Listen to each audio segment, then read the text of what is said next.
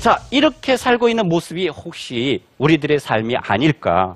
그러다 보니까 프리드리히 니체는 이에 대항할 수 있는 새로운 인간 유형을 제시합니다. 현대인 너희들이여 초인이 되어라 이렇게 이야기를 합니다. 마지막 인간, 그것은 어떻게 보면은 스스로를 파멸시킬 수 있는 삶의 양식에 불과하다 이렇게 이야기를 합니다. 이 초인을 뭐라고 그러느냐면 독일어 여러분들 보시면 아시겠지만 위버 멘시 그럽니다. 위버라는 것은 무엇을 넘어서 이런 뜻을 가지고 있습니다. 멘시는 인간이라는 것을 의미합니다. 영어로 얘기하면 오버맨이 더 정확한 번역인데 한동안은 저 영어권에서 슈퍼맨이라고 번역이 된 적도 있어요.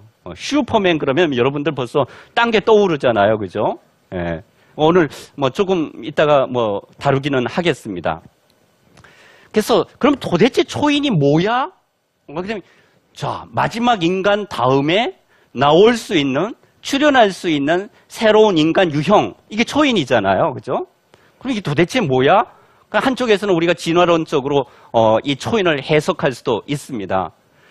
자, 지금으로부터 약 한 20만 년 전에 정말 뭐 불이나 간신히 사용할 줄 알고 직립보행을 할 줄 아는 이런 우리 초대의 인간들이 만약 원숭이로부터 발전해 왔다면 여러분들 한번 상상의 나래를 펼쳐보십시오. 지금으로부터 20만 년 뒤에 그 미래의 인간이 우리 오늘의 모습을 본다면 우리를 원숭이라고 보지 않을까? 그럴 가능성이 있겠죠? 그러면 프리드리히 니체는 진화론적 관점에서 현재의 인간 유형이 사라지고 난 다음에 다음 몇 세기가 걸리던 상당한 시간이 경과한 다음에 이 지상에서 살게 될 미래의 인간 유형을 그린 것인가? 이렇게 질문을 던질 수가 있습니다. 저는 그거는 물론 아니라고 생각합니다. 제가 말씀드리는 것은 프리드리히 니체가 말하는 초인은 진화론적 의미에서 우리가 사라지고 난 다음에 이 지상에서 살게 될 미래의 인간 종을 말하는 것은 아니다 이런 얘기죠. 종을 말하는 것은 아니다. 구체적인 종을 말하는 것은 아니다. 다른 또 하나의 해석의 가능성이 있습니다. 이걸 뭐라고 그러느냐면 초인에 대한 기술적 해석이다 그러는데요. 앞에 이미지하고 비슷한 이미지를 여러분들이 보시죠. 인간 지금 막 열심히 걷고 있습니다. 자기 발전을 위해서, 자기 개발을 위해서. 누가 나타납니까? 맨 끝에는 우리가 사이보그라고 그러죠. 사이보그입니다. 사이보그는 여러분들 사이버네틱스 플러스 오거니즘, 그래서 우리 인간이 발전된 과학과 기술의 힘을 빌려가지고 우리가 자연적으로 가질 수 있는 능력보다 훨씬 더 많은 능력을 가지게 되는 인간, 뭐 이른바 로봇이라든가 이런 종류의 인간이 태어날 수도 있습니다. 그래서 이런 관점에서 최근에 일련의 철학자들은 새로운 개념을 만들어냈어요. 그러면서 뭐라고 그러느냐면 자기네들이 추구하는 이런 사상적 운동의 선조가 누구다 그러면 프리드리히 니체라고 그래요. 제가 이걸 반박하는 논문도 썼는데요. 뭐라고 그러냐면 트랜스 휴머니즘. 트랜스는 무엇을 넘어서다 이런 뜻이에요.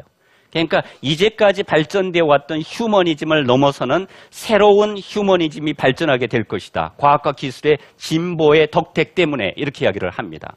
그러면 프리드리히 니체가 이걸 꿈꿨을까? 저는 아니라고 생각합니다. 이런 것을 아니라고 생각합니다. 세 번째는 초인에 대한 이상주의적 해석이 있습니다. 사람들이 우리 인류의 역사를 돌이켜보면 정말 여러분들이 모델로 삼고 싶은, 멘토로 삼고 싶은 그런 인간 유형들이 있잖아요. 그죠?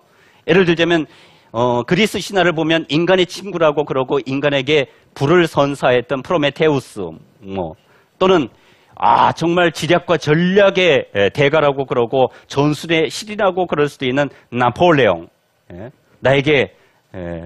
나의 사전에 불가능이란 없다. 그러니까 불가능을 추구하고 실험적으로 살았던 대표적인 인물이 나폴레옹이죠. 아니면 니콜로 마키아벨리가 모델로 삼았던 예를 들면 체자레 보르지아, 르네상스의 대표적인 권력형 인간을 이야기를 합니다. 그럼 이런 사람들을 초인이라고 그러는가? 그러니까 프리드리히 니체가 이런 관점에서 이렇게도 이야기를 합니다. 우이버멘시, 초인이라는 말은 최고로 잘 되어 있는 인간 유형에 대한 명칭이며 현대인 또는 선한 자, 그리스도교인과는 다른 허무주의자들과는 반대되는 말이다. 초인은 누구의 반대말? 예, 현대인의 반대말. 현대인은 왜 반대냐? 도대체 동경을 할 줄도 모르고 꿈도 없는 사람들이라고 그러면 정반대의 사람이 초인이다, 이런 얘기죠. 아, 이웃사랑을 해라. 선을 갖다가 보편적인 가치로서 정말 전 세계에 전파했던 기독교에 대해서 반기를 드는 사람이 여러분들이 잘 알고 계시다시피 프리드리히 니체잖아요. 이것은 너무 특정한 종교에 얽매일 필요는 없습니다. 이런 가치를 추구한다면 그 반대되는 인간 유형이 초인일 것이다, 이렇게 봅니다. 자, 그럼 초인이 어떤 사람인가? 일단 이렇게 형식적으로 이해할 수 있습니다. 형이성학적 가치와 결별한 사람.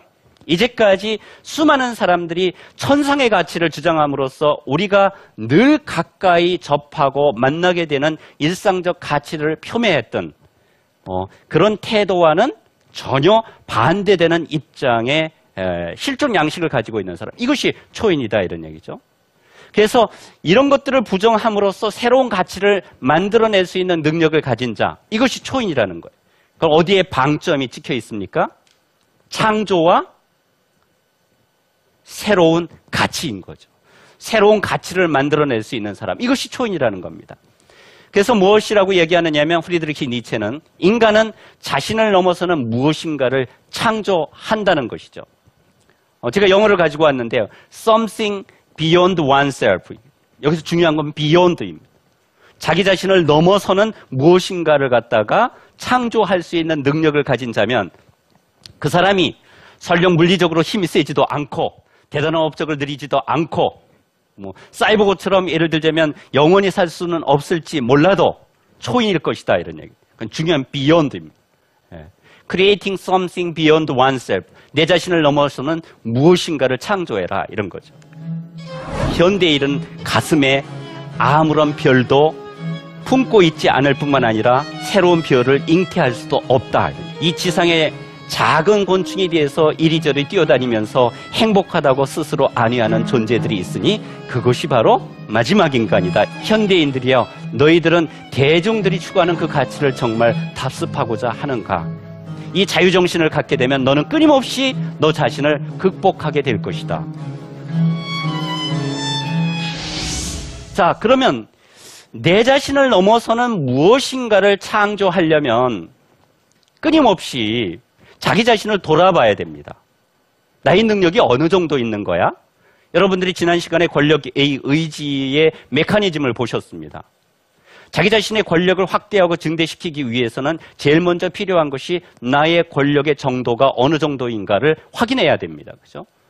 그러니까 끊임없이 자기 성찰을 해야 됩니다. 그러니까 내면으로 시선을 돌릴 줄 알아야 된다.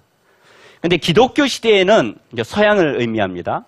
서양의 기독교적인 가치관, 형이상학적 가치관이 지배하였던 시대는 항상 인간의 시선이 자기 자신을 향하기보다는 자기 자신과는 전혀 멀리 떨어져 있는 누구를 향했다는 거예요? 신적인 가치를 향했다, 이런 얘기죠. 네.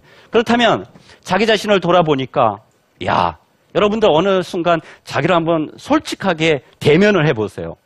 나는 안 그런 줄 알았더니 이런 거예요. 나도 좋은 옷을 좋아하고 나는 전혀 아니라고 손살을 쳤더니 나도 멋있는 남자, 예쁜 여자를 좋아하고 나는 철학자인 줄 알았더니 이런 거죠. 좋은 책만 쓰면 된다고 생각했더니 좋은 책이 동시에 많이 팔렸으면 좋겠고 이런 거예요. 자기 자신을. 그러면 뭐냐면 자기 극복을 할 줄 알아야 새로운 가치를 창조할 수 있다. 여기에 프리드리히 니체의 초점이 맞춰져 있습니다.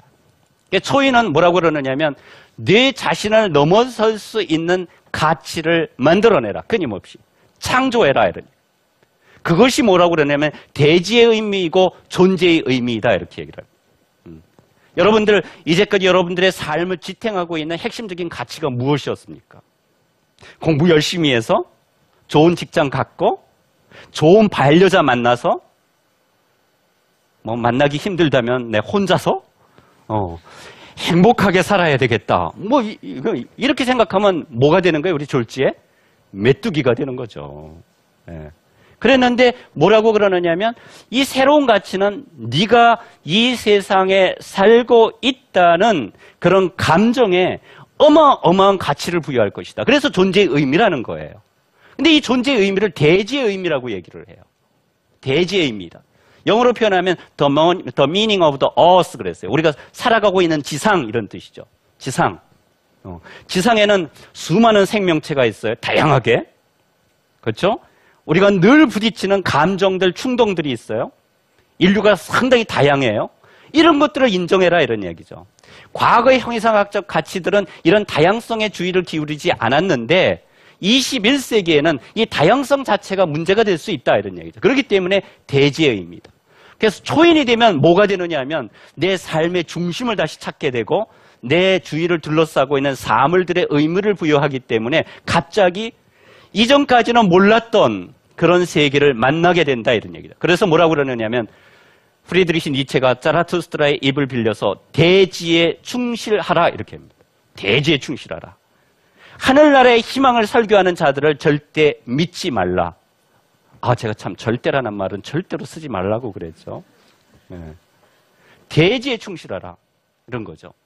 너의 유한성과 일정 기간 살다가 가잖아요, 우리.